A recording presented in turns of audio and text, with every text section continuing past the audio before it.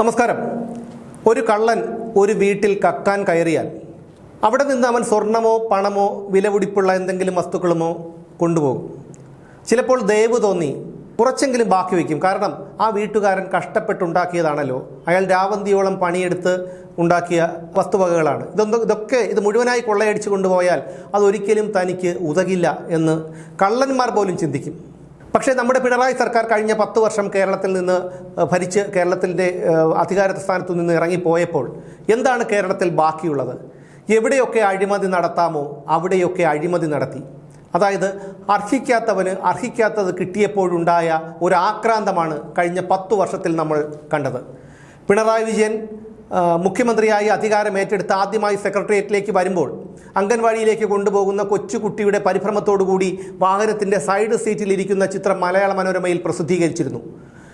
പൊതുവെ Pinarayi Vijayan party secretary ആയിരുന്നപ്പോൾ തന്നെ അയാളുടെ ഒരു ധാർഷ്ട്യവും അഹങ്കാരവും ഒക്കെ കേരളത്തിലെ ജനങ്ങൾക്കറിയാം. ഞാൻ ഉൾപ്പെടെയുള്ളവർക്ക് ഇയാളുടെ ഈ നിലപാടുകളോട് യോജിപ്പില്ലായിരുന്നു. അതുകൊണ്ട് തന്നെ എങ്ങനെയൊക്കെയോ പിണറായി വിജയൻ മുഖ്യമന്ത്രിയായപ്പോൾ ഇനിയെങ്കിലും ഇയാൾ നന്നാവും, ഇയാളുടെ ഈ ഇരിപ്പൊക്കെ കണ്ടപ്പോൾ കരുതിയത് എന്തായാലും മുഖ്യമന്ത്രിയൊക്കെ ആയില്ലേ, ഒരുപക്ഷെ ഇത്രയധികം ഒരു അധികാര സ്ഥാനത്ത് എത്താൻ വേണ്ടിയായിരിക്കണം ഈ തെമ്മാടിത്തരങ്ങളൊക്കെ കാണിച്ചു കൂട്ടിയതും മഴുകൊണ്ട് കല്ലുവെട്ടുന്ന മഴുകൊണ്ട് പലരെയും കാലപുരിക്ക് അയച്ചതുമൊക്കെ എന്ന് കരുതിയിരുന്നു. പക്ഷേ പിന്നീട് അങ്ങോട്ട് കണ്ടത് പിണറായി വിജയൻ്റെ തേർവാഴ്ചയായിരുന്നു. പിണറായി വിജയൻ മാത്രമല്ല, പിണറായി വിജയൻ്റെ ഉപജാപക സംഘങ്ങളായ കുറേ പേരും ഇതിനൊക്കെ ഭാഗമായിരുന്നു. മുൻ DGP ലോക്നാഥ് ബെഹ്റ ഉൾപ്പെടെയുള്ളവരൊക്കെ പിണറായി വിജയൻ്റെ ശിങ്കിടികളായിരുന്നു. അതിൻ്റെ പ്രതിഫലവും അവർക്ക് കിട്ടി.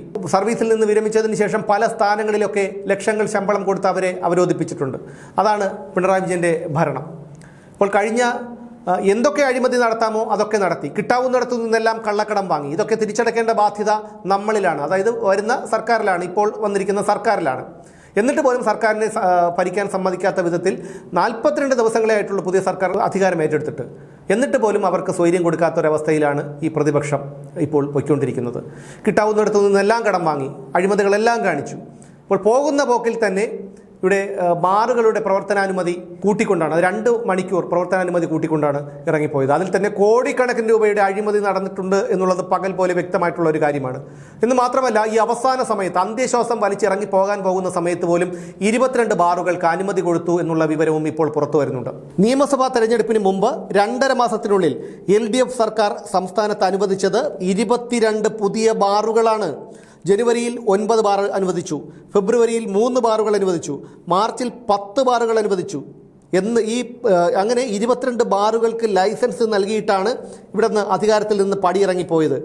ഈ 22 ബാറുകൾക്ക് ലൈസൻസ് ദ്രുതഗതിയിൽ നൽകിയതിലൂടെ എത്ര കോടി രൂപ ഇവൻ്റെയൊക്കെ പോക്കറ്റിൽ വീണിട്ടുണ്ടാകുമെന്ന് കേരളത്തിലെ പൊതുസമൂഹം ചിന്തിക്കണം. ബാറുകളുടെ പ്രവൃത്തി സമയം 1 മണിക്കൂർ കൂടി കൂട്ടി ഉള്ള തീരുമാനമെടുത്തത് കഴിഞ്ഞ ഫെബ്രുവരിയിലാണ്.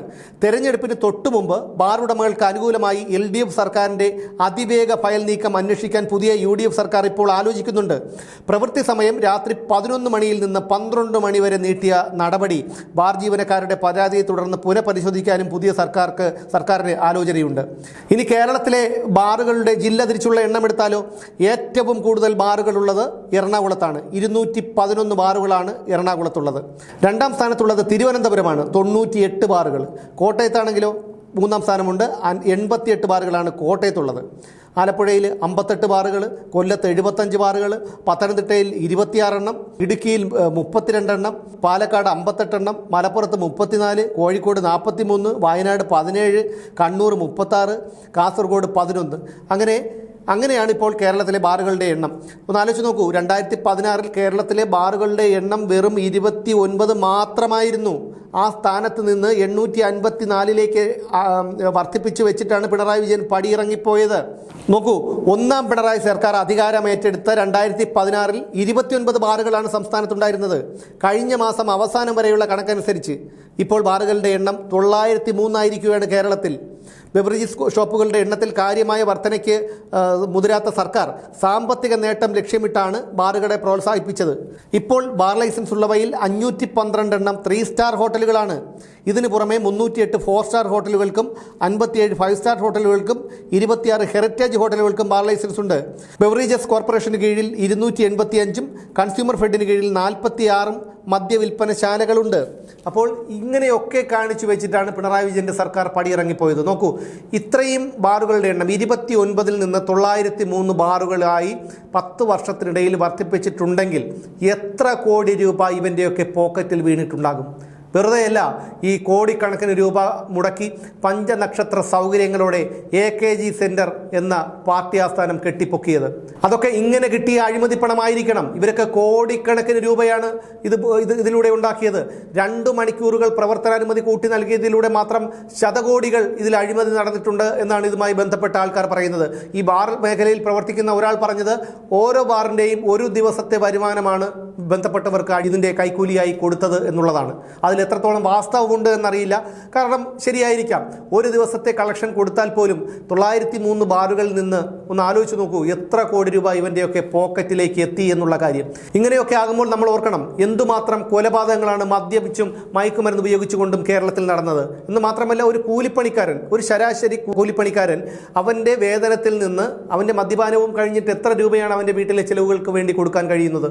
എത്രയോ കുടുംബങ്ങൾ ദാരിദ്ര്യം കാരണം ആത്മഹത്യ ചെയ്തു. എത്രയോ കുട്ടികൾക്ക് പഠന ചിലവിന് വകയില്ലാതെ ഇപ്പോഴും അവർ മറ്റു പണികൾക്കായി പോകുന്നു. അവിടെയൊക്കെ ഗൃഹനാഥന്മാർ ഇത്തരത്തിൽ മദ്യത്തിന് അടിമകളായി പോയതാണ്. എപ്പോഴും കമ്മ്യൂണിസ്റ്റുകാർക്ക് വേണ്ടത് തലയ്ക്ക് വെളിവില്ലാത്ത ഒരു അടിസ്ഥാന വർഗത്തെയാണ്, തലയ്ക്ക് വെളിവില്ലാത്ത ഒരു തലമുറയെയാണ്. ഓപ്പറേഷൻ തൂഫാൻ്റെ കാര്യം എടുത്തു നോക്കൂ. കഴിഞ്ഞ 42 ദിവസം കൊണ്ട് ആഭ്യന്തരമന്ത്രിയായ രമേശ് ചെന്നിത്തല ഓപ്പറേഷൻ തൂഫാൻ എന്ന പദ്ധതിയിലൂടെ പിടിച്ചെടുത്തത് എത്ര നമുക്ക് ഞെട്ടിപ്പിക്കുന്ന തരത്തിലുള്ള അളവിലുള്ള മയക്കുമരുന്നുകളാണ്. ഇത് പിടിക്കപ്പെട്ടില്ലായിരുന്നുവെങ്കിൽ, അല്ലെങ്കിൽ പിണറായി വിജയൻ്റെ സർക്കാരായിരുന്നു ഇവിടെ ഉള്ളതെങ്കിൽ, ഇവിടെ ഇത്രയും മയക്കുമരുന്നും ഇവിടെയുള്ള ആൾക്കാരൊക്കെ ഉപയോഗിക്കുമായിരുന്നു. അവിടെയാണ് ഈ കമ്മ്യൂണിസ്റ്റുകാർ, ഈ പിണറായി വിജയൻ്റെ സർക്കാരും ഇടതുപക്ഷ സർക്കാരും ഇടതുപക്ഷ പ്രസ്ഥാനവും ഒക്കെ നമ്മുടെ സമൂഹത്തോട് ചെയ്യുന്ന ദ്രോഹത്തെക്കുറിച്ച് നമുക്ക് വ്യക്തമാകുന്നത്. എന്തായാലും ഇതൊക്കെ കേരളത്തിലെ പൊതുസമൂഹം അറിയണം. ഇനിയെങ്കിലും വോട്ട് ചോദിച്ചും പിരിവ് ചോദിച്ചും വീടുകളിൽ വരുമ്പോൾ മുഖത്തേക്ക് കാർക്കിച്ച് തുപ്പാനുള്ള ഒരാർജവം മലയാളികൾ ഇവന്മാരോട് കാണിക്കണം.